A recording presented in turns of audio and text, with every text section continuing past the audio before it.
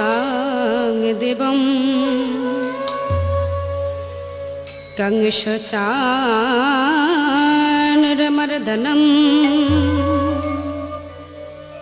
देवकी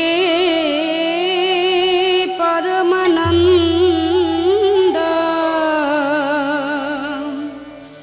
कृष्ण वंदे जगत गुरुं गुरु ब्रह्मा गुरु विष्णु गुरुदेव महेश्वर गुरुरेव परम ब्रह्म तस्मै श्री गुरवे नमो नमः। हे कृष्ण करुणा सिंधु दीना बंधु जगत पाते गोपीशा गोपिका कांत राधा कांत नमोस्तुते।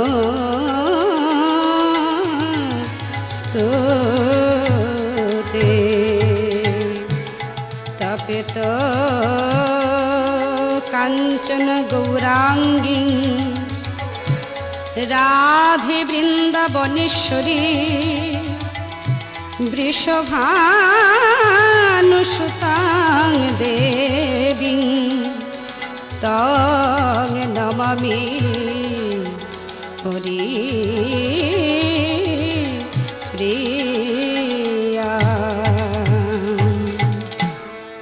जय श्रितकमला कुच मंडल धृत कुंडल कलित ललित बनमाल। जय जय देव हरे जय जय देव हरे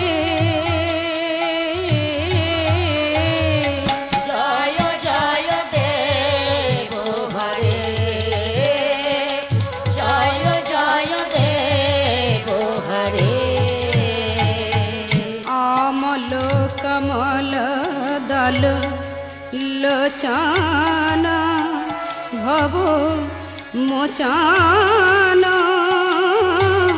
त्रिभुवन भवन निधा जय जय देव हरे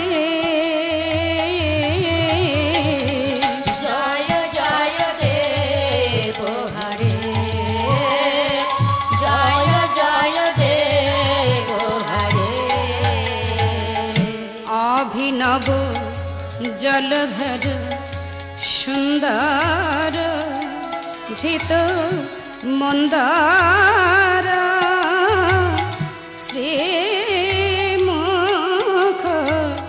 चंद्र चकर जय जय देव हरे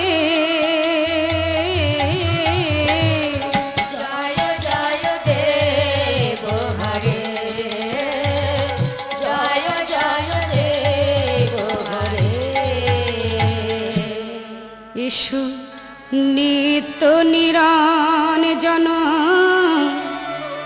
गोपी मनरंजन पार পাতকি তারণ হে মরি রে পাতকি তারণ হে পাতকি তারণ হে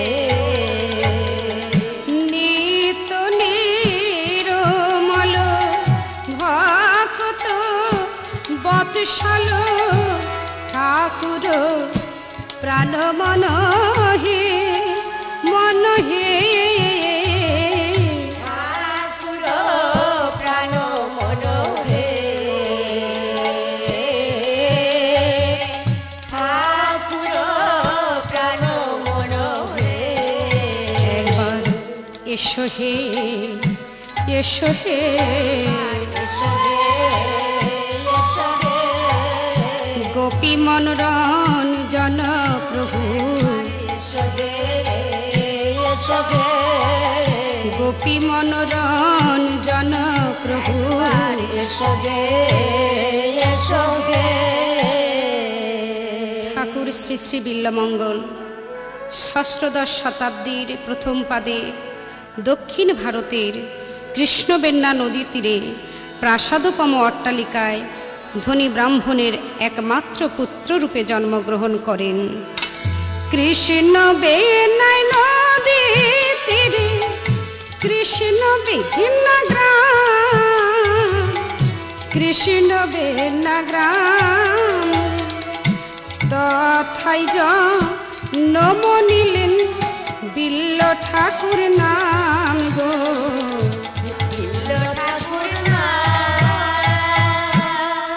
পিতামাতা আদর করে নাম রাখলেন বিল্বমঙ্গল। ললাটে লিখিতং রেখাং শাক্কাপরিমর্চিতম, অর্থাৎ কার কপালে যে কি লেখা আছে তা কেউ বলতে পারেন না। এই বিল্ল ঠাকুরের অতি শৈশবকালে মাতৃহারা হন, তাই পিতার সীমাহীন আদরে লেখাপড়া জলাঞ্জলি দিয়ে যত সব নষ্ট ছেলেদের সাথে মেলামেশার ফলে বিল্বমঙ্গল একটি জীবন্ত পাপ স্বরূপ হয়ে ওঠেন। তাই যৌবনের প্রারম্ভেই নদী পারে এক পতিতা নামে চিন্তা মনি, তাহাতে শোকিত ব্রাহ্মণ দিবস রজনী, তাহাতে আসক্ত ব্রাহ্মণ দিবস রজনী। চিন্তামণি চিন্তামণি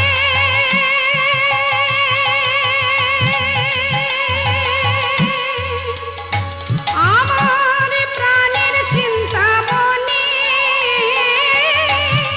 এ জগতে তুমি ছাড়া কিছু নাহি জানি, এ জগতে তুমি ছাড়া কিছু নাহি জানি। প্রাণের চিন্তামণি মন প্রাণের চিন্তামণি। কৃষ্ণবেন্নার অপর পারে চিন্তামণি নাম্নী পতিতেই তার আসক্তি ছিল প্রবলতম। এমন একদিন যায় না যে রাত্রে তিনি চিন্তামণির কাছে না যেতেন। ব্রাহ্মণের সন্তান হয়ে না করতেন ত্রিসন্ধ্যা গায়ত্রী পাঠ, না করতেন পূজা অর্চনা। বিল্ল ঠাকুরের পিতা ছিলেন সাত্ত্বিক ব্রাহ্মণ, তাই ভগবানের উদ্দেশ্যে বলতেন, প্রভু তুমি তো আমায় একটা মাত্র সন্তান দিয়েছ, ওকে তুমি ক্ষমা করো। যেদিন আমি ভবে থাকবো না সেদিন ওকে দেখার মতো কেউ নেই, তুমি ওকে তোমার ওই রাঙা চরণে ঠাঁই দিও। বিল্ল ঠাকুরের বয়স যখন 22 বছর, ঠিক তখনই পিতৃবিয়োগ হয়। বিল্ল ঠাকুর অশৌচ অবস্থাতেও চিন্তামণির গৃহে গিয়ে বললেন, চিন্তা ও চিন্তা আমি এসেছি গো। চমকে উঠলেন, এ কি গো, এই অবস্থাতে আমার কাছে এসেছ? ছি ঠাকুর ছি, তোমার লজ্জা ভাবনা কিছু নাই? না চিন্তা, তুমি তো আমার সব। তুমি আমার ধ্যান জ্ঞান, আমার বলতে যা কিছু আছে সবে তোমাতেই সপেছি। না ঠাকুর না, তুমি অমন কথা বলো না। তুমি এখান থেকে চলে যাও, আর এসো না। চিন্তা, তুমি তাড়িয়ে দিচ্ছ। তুমি আমার কে জানো? তুমি চিন্তামণি, আমার রমণী। তুমি হাও মাতৃ পিতৃ, ত্রিসন্ধ্যা যাজন তোমার ভজন, বেদ মাতা গায়ত্রী। আমি তোমায় ছাড়া কিছু জানি না গো, তোমায় ছাড়া কিছু জানি না গো, আমি তোমায় ছাড়া কিছু জানি না গো, তোমায় ছাড়া কিছু জানি না গো। তুমি আমার জীবন মরণ, তোমায় ছাড়া কিছু জানি না গো, আজ তুমি আমার জীবন মরণ। তোমায় ছাড়া কিছু জানি না গো। দেখো চিন্তা, আমি তোমার কাছে নিত্য না এসে থাকতে পারবো না। কিছুতেই চিন্তার কথা শোনে না। শ্রাদ্ধের আগের দিন পর্যন্ত যখন বিল্ল এলেন, চিন্তা বললে, ঠাকুর আগামীকাল তোমার পিতার পারলৌকিক ক্রিয়া সম্পন্ন করতে হবে। আমি তোমার দুটি হাতে ধরে বলছি ঠাকুর, আগামীকাল তুমি আমার কাছে আসবে না। ঠিক আছে, ঠিক আছে চিন্তা, আমি তোমার কথা রাখবার চেষ্টা করব। তবে হ্যাঁ শোনো চিন্তা, যদি না থাকতে পারি তবে আমি আবার তোমার কাছে চলে আসব। পিতার শ্রাদ্ধের দিনে ব্রাহ্মণগণ যতবার মন্ত্র বলান ততবার মনে পড়ে যায় চিন্তার কথা। তাই কোনো প্রকারে শ্রাদ্ধ সম্পন্ন করে ঝড় বৃষ্টি মাথায় করে নদীর তীরে উপস্থিত হয়ে চিৎকার করে ডাক দিলেন, কর্ণধার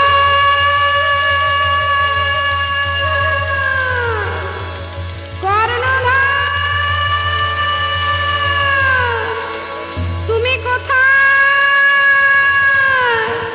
পার করে দাও কর্ণধার, তুমি একবার পার করে দাও। কিন্তু কোথায়? কেউ তো নেই, নাই নৌকা, নাই মাঝি।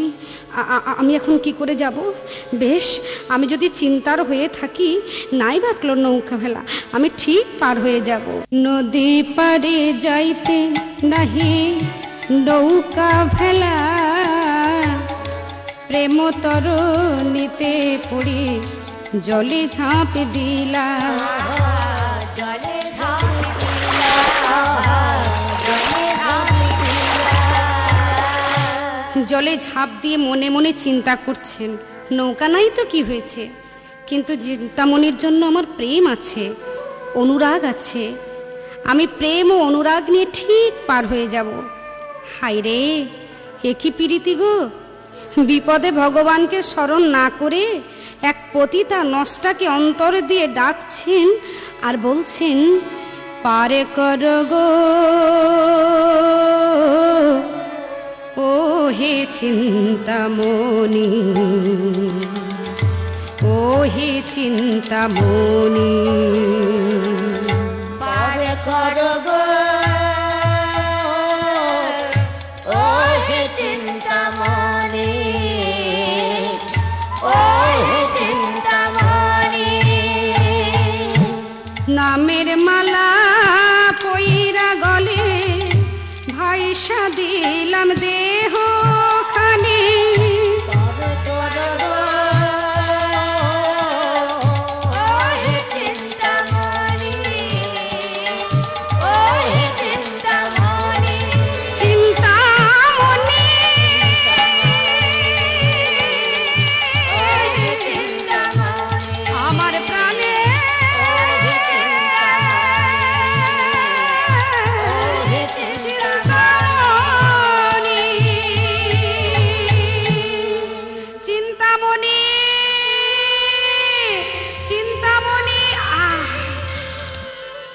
তোমার কি একটু দয়া মায়া নেই? দেখছো আমি তোমার কাছে যাচ্ছি কত কষ্ট করে, তুমি কি পারতে না আমার জন্য একটা নদীতে কাঠ পাঠিয়ে দিতে? এমন সময় দেখতে পেলেন একটা কাঠ ভাসতে ভাসতে বিল্লের দিকে এগিয়ে আসছে। বিল্ল ঠাকুর তাড়াতাড়ি করে কাঠটিকে জড়িয়ে ধরলেন। দেখেছো চিন্তাময় কত ভালোবাসে। আমি আসবো জেনে আমার জন্য ঠিক কাঠ পাঠিয়ে দিয়েছে। কাঠটিকে ধরে ভাসতে ভাসতে নদী তীরে উঠলেন। বাঁচালে চিন্তা, এবার আমি ঠিক তোমার কাছে যাব। চিন্তামণি তুমি কোথায় গো? দেখো আমি এসেছি। ঠিক সেই সময় চিন্তার সহচরীরা চিন্তার কাছে গিয়ে বলছে, চিন্তা, ও চিন্তা, দেখে এলাম রে, এক চোর এসেছে। তবে হ্যাঁ, সে না জাতা চোর নয়। জাতা চোর নয়? তবে কোন চোর রে? তবে শোনে চিন্তা, তোর মন চোর এসেছে।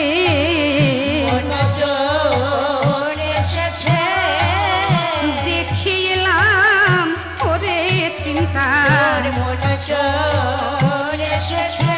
আমরা দেখে এলাম ওরে চিন্তা।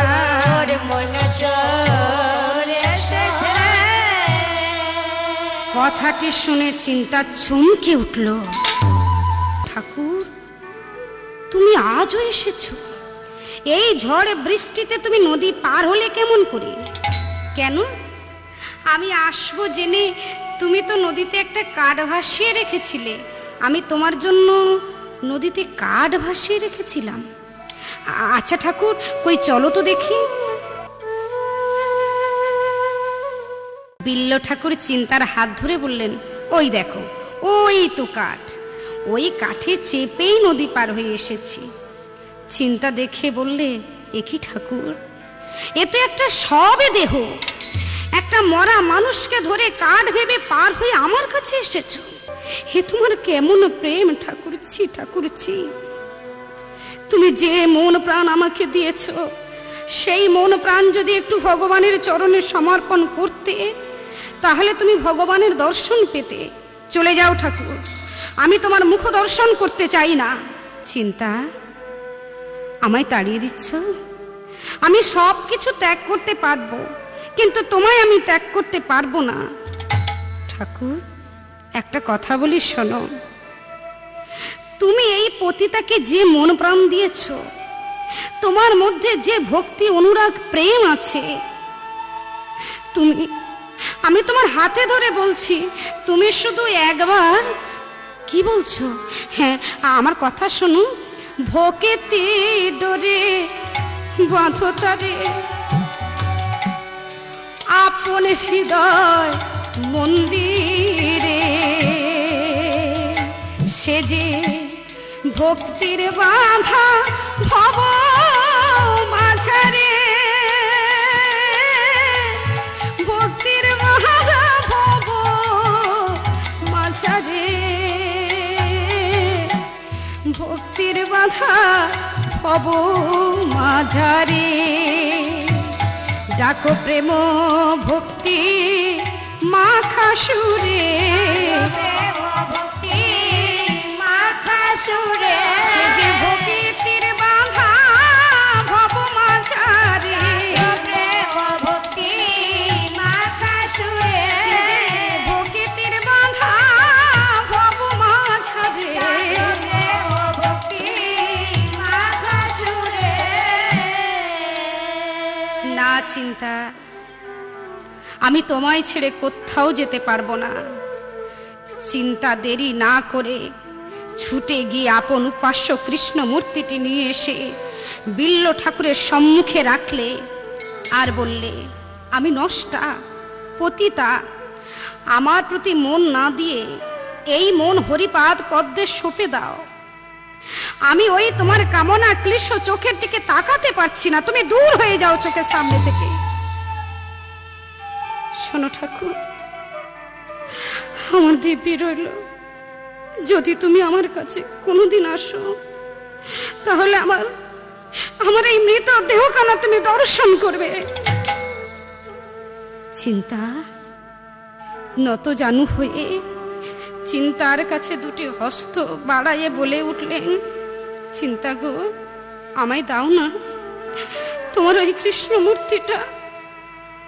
আমি আর তোমার কাছে আসবো না চিন্তা, আমি যে সব হারিয়ে বসে আছি চিন্তা, আমি আর গৃহেও যাব না। আসি চিন্তা, যদি বেঁচে থাকি আবার তোমার সঙ্গে দেখা হবে, তবে সেদিন এইভাবে আমি আসবো না। চলে যাই চিন্তা।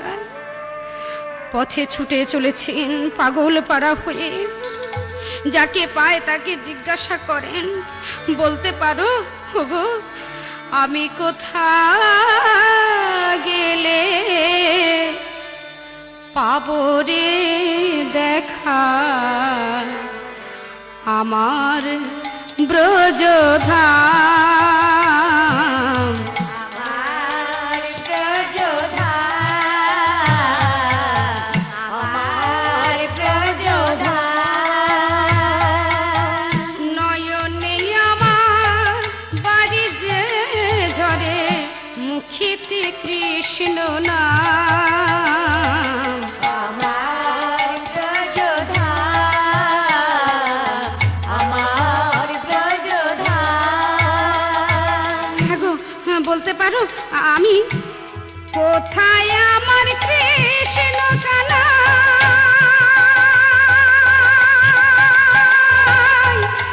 তুমি বাকাশাই। কোথায় আমার কৃষ্ণ কানাই,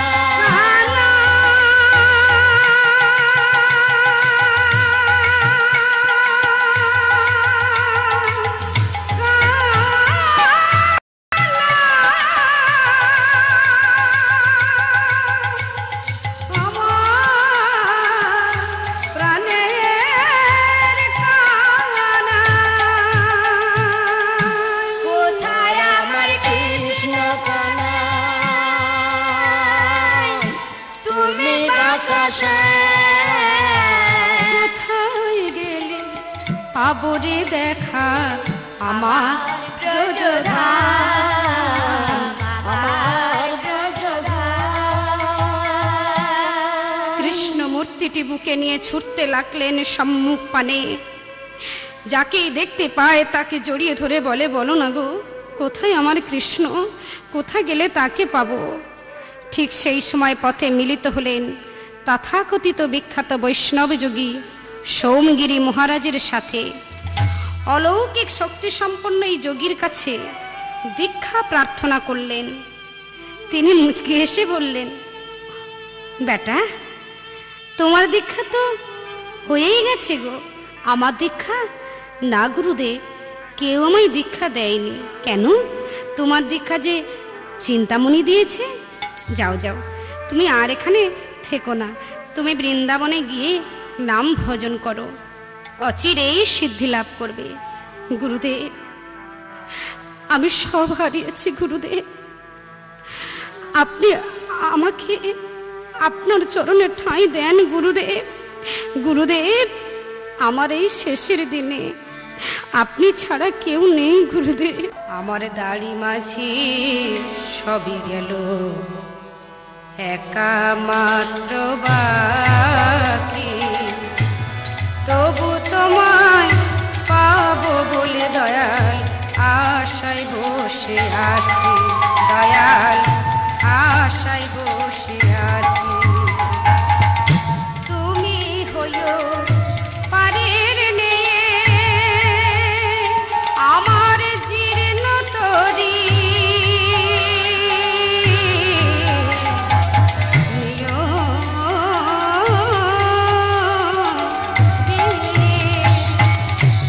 তরি যেন ডুবিয়া না যায়।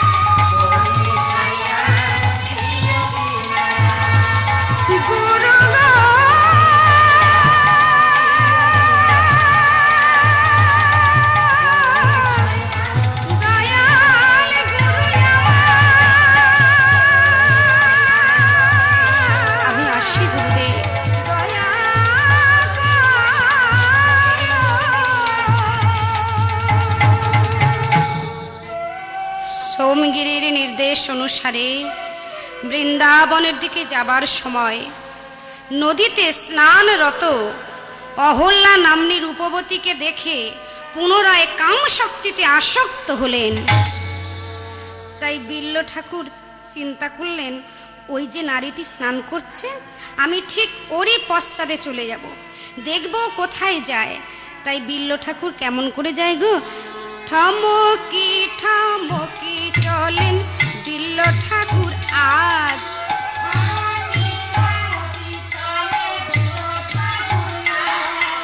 মনে ভাবে নারীর তরে কি করিব কাজ,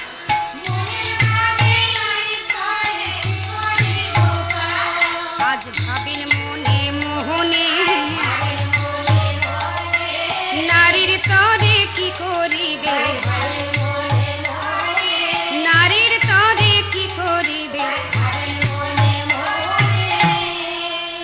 তাই বিল্ল ঠাকুর সেই নারীর অনুসরণ করে তার গৃহে উপস্থিত হলেন আর বললেন, ভিক্ষাং দেহি ভিক্ষাং দেহি। বাড়ির কর্তা বণিক বৈষ্ণবকে দেখে গৃহে বসালেন। অহল্যা, অহল্যা, কি গো, এই শোনো না, আমাদের গৃহে এক বৈষ্ণব এসেছেন, আমি তাকে যত্ন করে বসিয়ে রেখে এসেছি।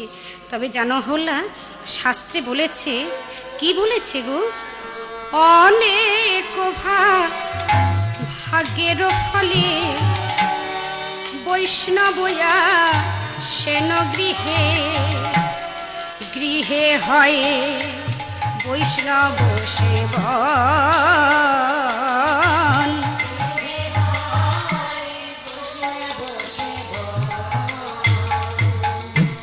না দিয়ে বৈষ্ণব সেবা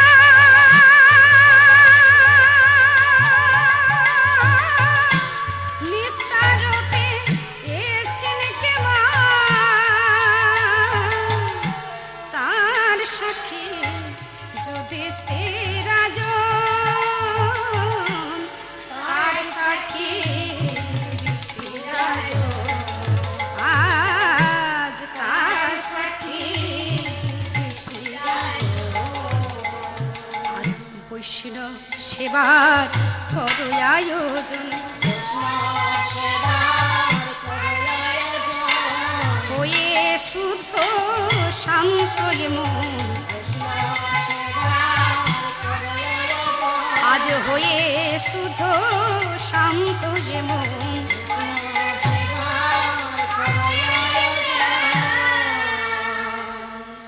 শোনো অহল্যা, আজকের ওই বৈষ্ণবকে সেবা দিতে হবে, তুমি যত্ন করে রন্ধন করো। বেশ, তাই হবে।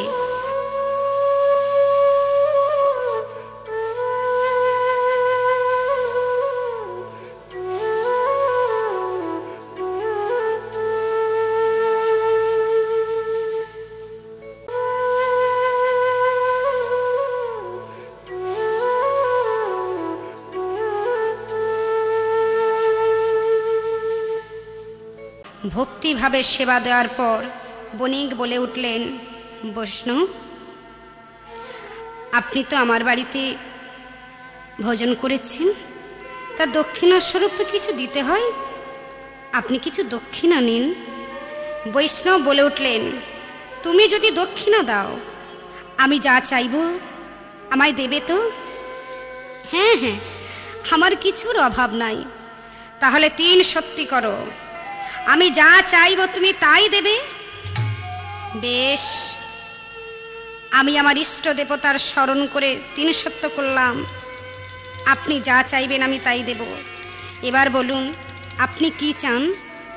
বণিক, যদি আমায় দক্ষিণা দিতে চাও, তাহলে আজ মধ্যরাত্রিতে তোমার স্ত্রীকে অতি উত্তমা রূপে সুসজ্জিত অবস্থায় পেতে চাই।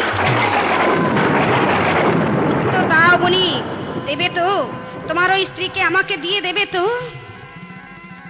হ্যাঁ, আমি কথা দিলাম, আমি আমার স্ত্রীকে অতি উত্তমা রূপে সুসজ্জিত অবস্থায় আজ মধ্যরাত্রিতে আপনার কাছে পাঠিয়ে দেব।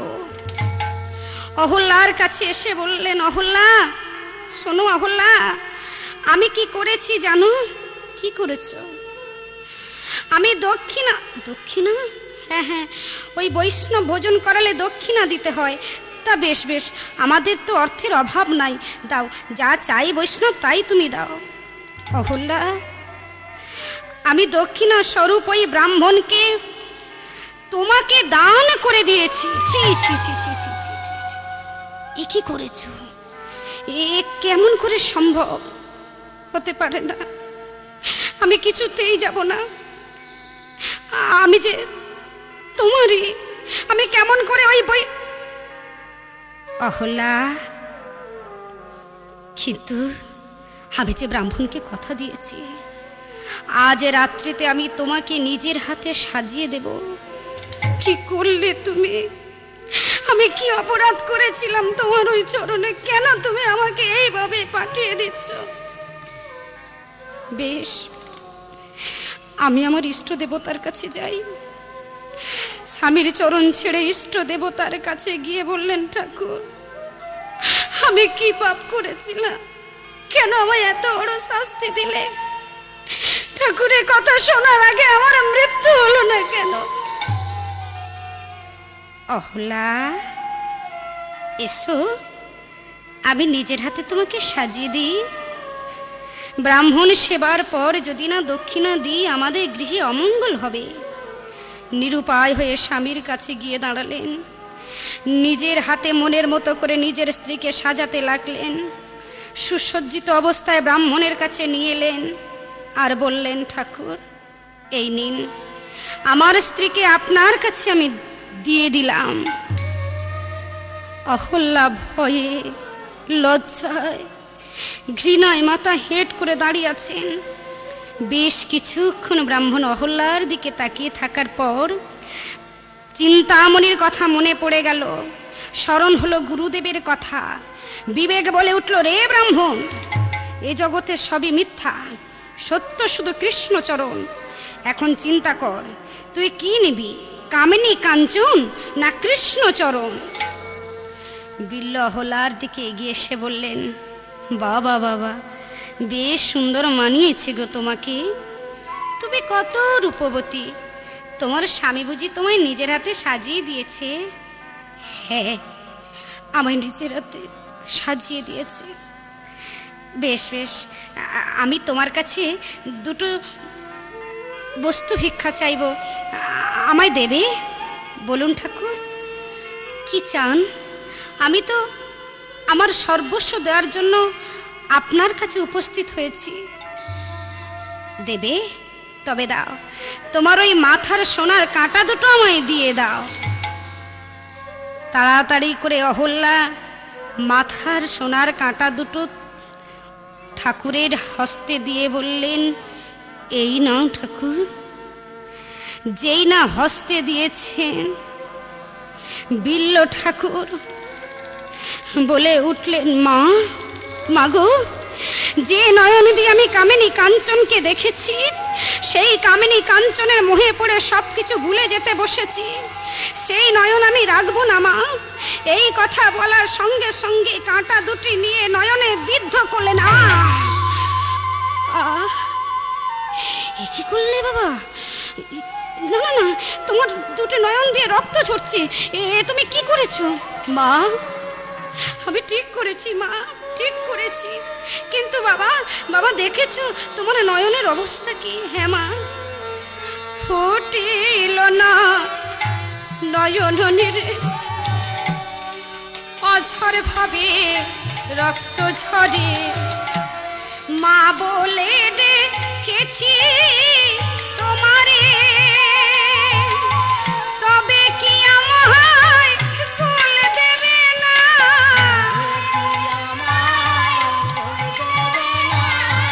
সন্তান বলে নাও মাটেনে,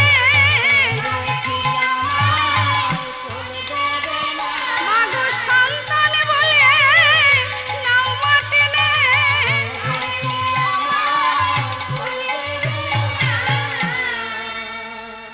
অহল্যার দুটি চরণ জড়িয়ে ধরে বললেন, মা, আমাকে আশীর্বাদ করুন মা, আমি যেন আমার কৃষ্ণকে পাই। ওহে, আমার কোনো সন্তান নাই, তুমি যখন মা বলে আমায় ডেকেছ, আমি তোমায় আশীর্বাদ করলাম, অবশ্যই তোমার কৃষ্ণকে পাবেই পাবে। তবে আসি মা। কোথায় যাবে বাবা? কেন মা? আমি বৃন্দাবনে চলে যাব মা। কিন্তু তুমি তো তোমার নয়নে দেখতে পাও না, তুমি তো অন্ধ হয়ে গেছো মা। আমি আর এখানে থাকবো না, আমি আসি মা। চলে রে আমার মন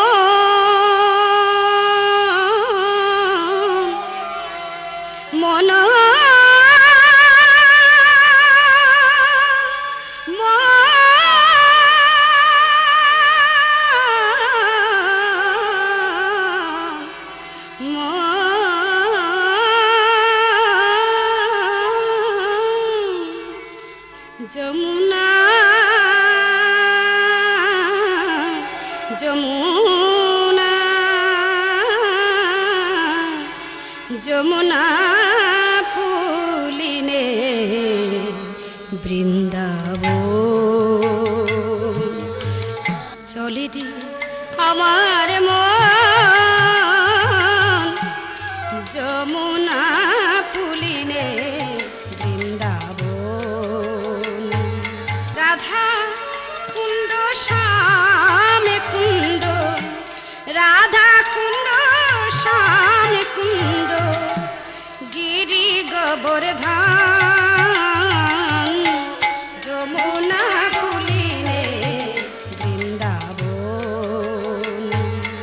আছে সেই গাভীগুলি বৃন্দাবনে উড়াই ধুলি, সখা শনে কোলাকুলি, সখা শনে কোলাকুলি, বৃন্দাবন মাঝে যমুনা ফুলিনে বৃন্দাবন।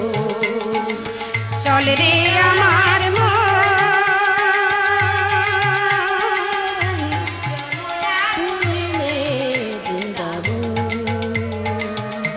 যমুনা ফুলিনে।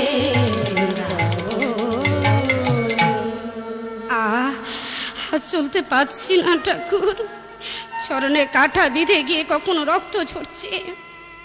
চিৎকার করে বলে উঠছেন, ঠাকুর কোথা তুমি? কই কৃষ্ণ, কোথায় কৃষ্ণ, কোথায় প্রাণ বধূ? এত করে ডাকি তোমার না পাই সারা, দেখা একবার দেখা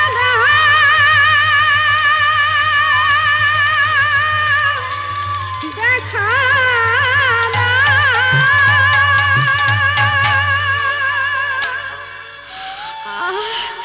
পাচ্ছি না, আর পথ চলতে পারছি না ঠাকুর, একবার তুমি দেখা দাও, কোথা তুমি? আর থাকতে পারলেন না বৃন্দে বনের আমার সেই কৃষ্ণচন্দ্র। ভক্তির ডাককে উপেক্ষা না করে ভক্তিরও লাগিয়া গোয়ালার ছেলের বেশ ধারণ করিয়া 8 বৎসরের বালক হয়ে কাঁধে একটা দইয়ের বাঁক লয়ে আসছেন। কাঁধে লয়ে দধি ভাণ্ড চলে আমার প্রাণ গোবিন্দ, হাকিয়া হাকিয়া যায় ভক্তেরও কাছে। বলে ভালো দই ভালো দই ভালো দই ভালো দই, বিনা পয়সায় বিকায়ে দেব। ভালো দই ভালো দই বিনা পয়সায় বিকায়ে দেব। ভালো দই ভালো দই ভালো দই ভালো দই। বিল্ল চিন্তা করলেন, আমি তো 3 দিন কিছু খাই নাই, দইওয়ালা আমায় একটু দই দেবে ভাই, আমি বড় ক্ষুধার্ত, আমি কিন্তু কিছুই দিতে পারবো না, দাও না আমায় একটু দই দাও না। শোনো শোনো, আমি তোমায় শুধু শুধুই দিয়ে দেব, আমাকে কিছু দিতে হবে না। এই নাও, পেট ভরে খাও। পেট ভরে বিল্ল ঠাকুর আজ সেই দই ভগবানের কাছ থেকে নিলেন। এইভাবে ভক্তের সাথে মিতালি পাঠিয়ে রোজ রোজ দুধ দই পান করান। একদিন বিল্ল বালককে বলছে, হ্যাঁ রে ও বালক, তুই আমাকে বৃন্দাবনে নিয়ে যাবি? সে কি গো, তুমি তো চোখে দেখতে পাও না, তুমি কেমন করে যাবে বলো তো? কেন, তোর হাত ধরে? না, তুমি যদি আমায় আর না ছাড়ো তবে কি আমার বৃন্দাবনে যাওয়া হবে না? বেশ, তবে শোনো, তুমি যদি বৃন্দাবনে যেতে চাও তাহলে আমার নূপুরের ধ্বনি শুনে পথ অনুসরণ করবে। বেশ, তাহলে আমি বৃন্দাবনে পৌঁছে যাব? হ্যাঁ হ্যাঁ, ঠিক বৃন্দাবনে পৌঁছে যাবে। তাহলে বালক, নূপুরের ধ্বনি শুরু কর। রুনু ঝুনু রুনু ঝুনু নূপুর বাজায়, নূপুর বাজায়।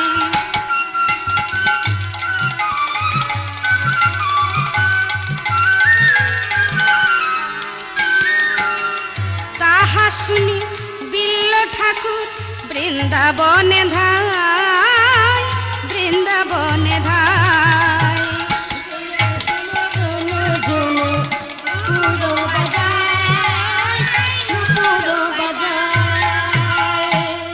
এইভাবে বৃন্দাবনে এসে ব্রহ্মকুণ্ডের কাছে গুজরার ঘাটে সাধন ভজন শুরু করেছে। ঠাকুর, আমার যে কিছু নাই, একবার তুমি দেখা দাও। আমি মন্ত্র জানি না, জ্ঞানহীন অধম পামর, সব হারিয়েছি ঠাকুর। তবে শুনেছি তুমি নাকি ভক্তের ভগবান। একবার দর্শন দাও না ঠাকুর, আমার তো কিছু নেই, আমি কি দিয়ে তোমায় সেবা দিই বলো তো ঠাকুর? বলো দয়াময়, কি দিয়ে পুজিব ভগবান? ওগো তোমারে আমি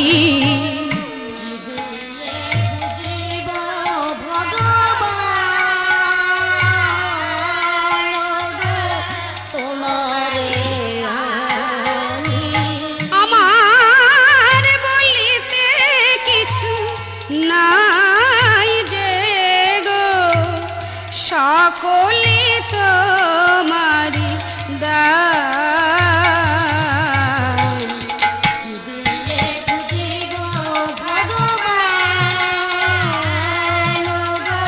তোমারে আমি মন্দিরে, তুমি মূর্তিতে, তুমি পূজার ফুলে, তুমি স্তাব গীতে।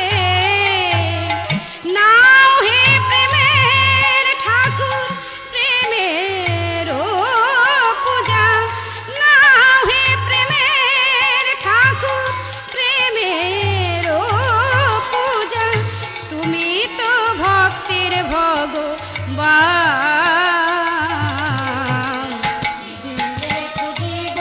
ভগবান তোমারে আমি কি দিয়ে পুজিব ভগবান।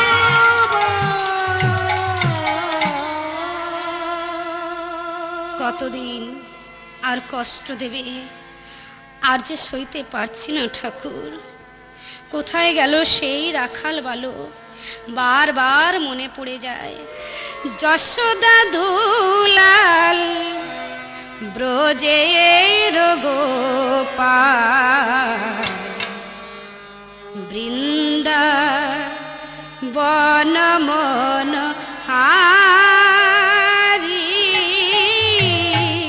গোপী জনমন রাধিকার মন, গোপী জনমন রাধিকার মন।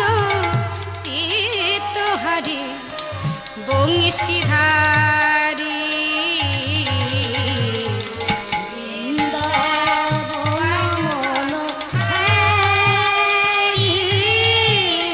রাবণ সন্ত্রাপ করো লক্ষণ তাৎপর গোপী জনমান গিরিবর ধারে ব্রজের রাখাল গোপ বৃন্দাপাল ব্রজের রাখাল গোপ বৃন্দাপাল ভুবন নর্তন বনমালী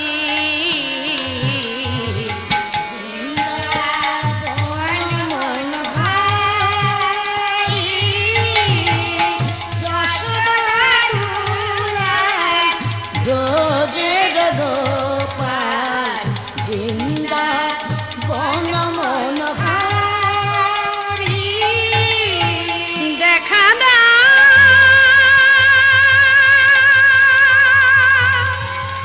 দেখা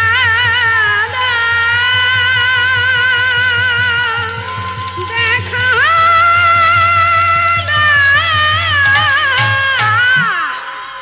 প্রভু, এ যাতনা আর সইতে না রে প্রভু। আর কতদিন আমাকে এইভাবে থাকতে হবে ঠাকুর গো? আমি যে সবই হারিয়েছি ঠাকুর। বিল্লো বিল্লো, কে তুমি কি এসেছো ঠাকুর? এই তো আমি তোমার সম্মুখে ঠাকুর।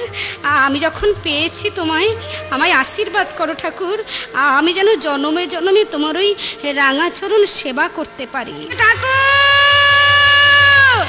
ঠাকুর ঠাকুর, এই তো আমি এখানে। চিন্তা, তুমি হলে গুরুপ্রেম শিক্ষাদাত্রী। আমি তোমার চরণে প্রণাম করি। তুমিই আমায় পথ দেখিয়ে দিয়েছ ঠাকুর। তুমি তোমার কৃষ্ণকে পেয়েছো? হ্যাঁ, আমায়কে পাইয়ে দেবে না? বেশ, এসো আমরা ভগবানকে ডাকি।